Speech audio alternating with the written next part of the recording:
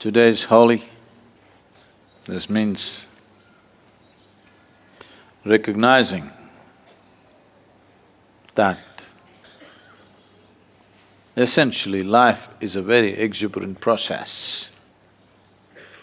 But because of human inexperience of how to deal with their cerebral capabilities, the most fundamental two faculties of memory and imagination, people remember everything that they should not, and they forget everything that they should.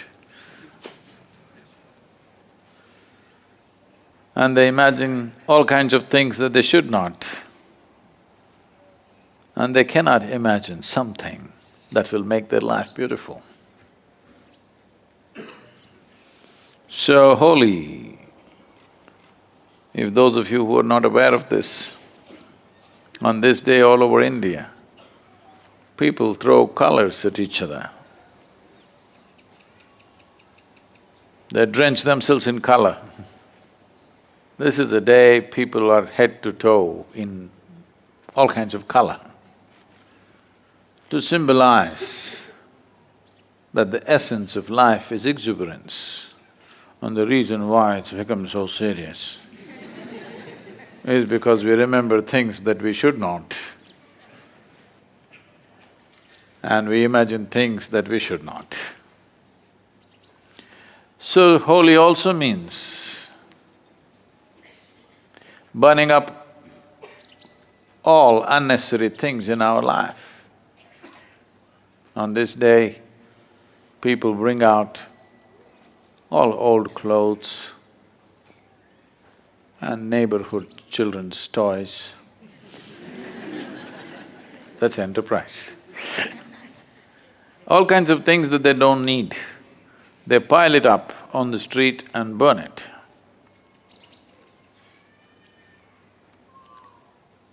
This is not about burning old clothes. This is about burning the memories of the past 1 year, so that today you can be like a fresh life, exuberant, on. So this is that day, and all of you looking at me very seriously.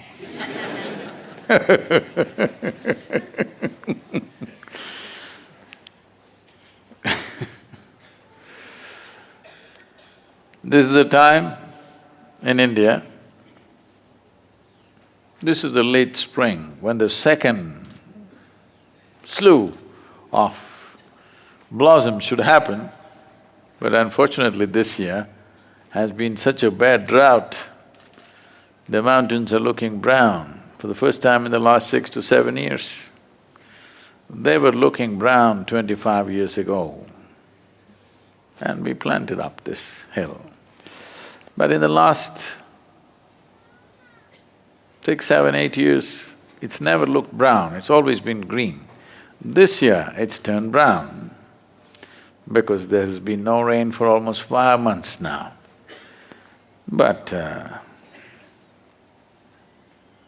especially if the plants are not able to flower, the human being should assist. Hello? Plants are not able to flower due to lack of nourishment. You don't look undernourished. You must make it up. Because plants are not able to flower because of the drought, you must make it up with your smiles and your joy and your exuberance, because when nature fails, man is supposed to stand up. Hello?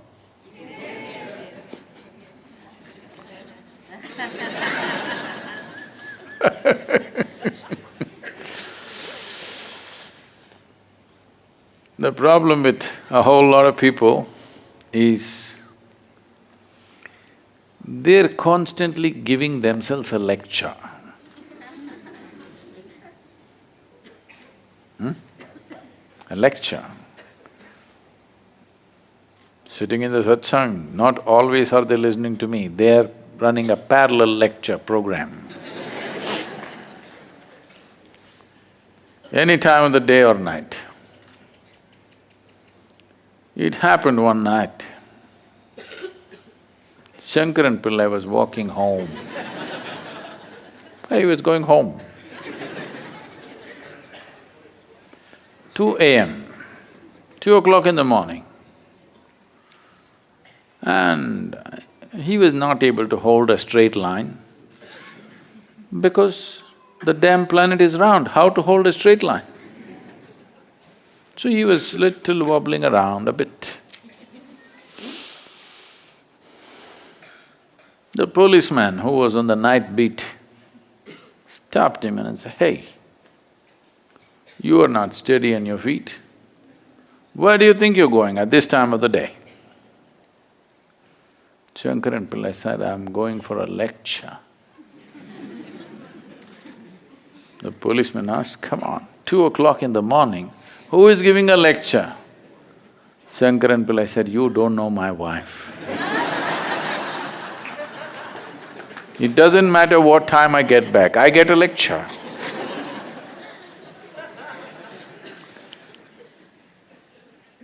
And many of you don't have a wife or a husband, but you are on a lecture tour all the time.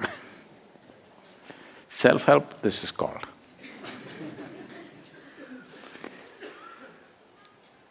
Just to stop this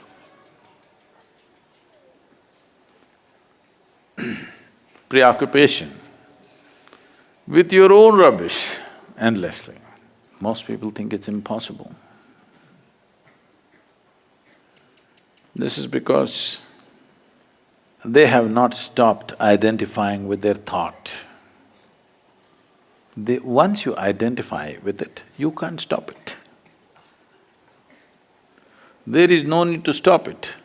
You just have to disidentify with it because the content of your thought filled in from outside, isn't it? The content of your thought is not yours, borrowed. If you just say, "This is not mine," that's all you have to do. You don't have to give it up. If you just see, what's happening in my head is not really mine, then you will see it'll buzz around for some time and you identify with it so much. It is yours and you think it's a smart thought, though it's stupid. Everybody thinks it's stupid, but you think it's smart.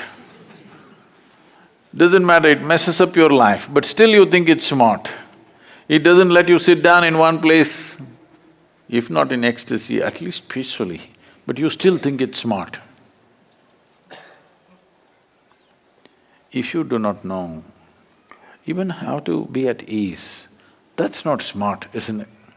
Hello? You don't even know how to be at ease. How can you call this smart? Nothing smart about it. It's the dumbest way to exist. But because you are so invested in it, you can't drop it. Today is Holi. Time to burn up the old. And especially because spring is not manifest due to lack of rains, you must. I'm going to watch you for next 3 days in the ashram premises. I want to see how you are. Different levels of aliveness, isn't it?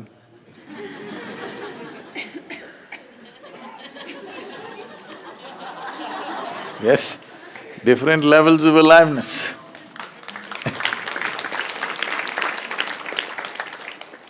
Springtime, Holi, we want you to sit with maximum aliveness. Hello? Yes! I didn't say it have to be noisy. Maximum aliveness. Flowers are missing this year. You have to make it up. Because that's the only goddamn thing you have, aliveness. Everything else is your rubbish in your head. Yes or no? Yes. That is the only thing you have. Rest is all your rubbish. That you must keep it full on. No? No, I'm saving it, Sadhguru. Because I've already built a steel coffin, I'll be there for a long time, I have to have something left. This happened. This really happened.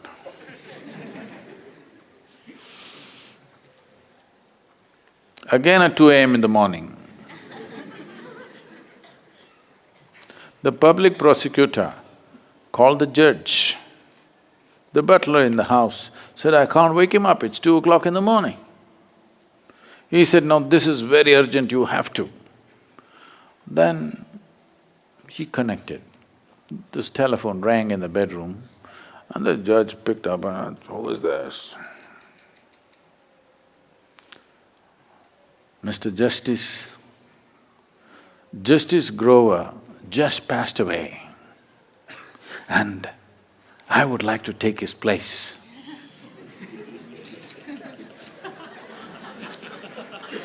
So the judge said, "Well, I got no objection if the undertaker doesn't mind."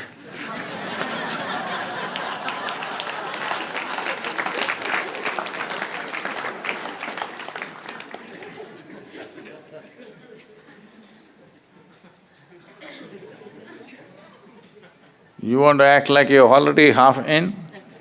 Hello? No flowers in the garden. You should make it up. I'm going to watch you for next 3 days, how spring blossoms. Okay?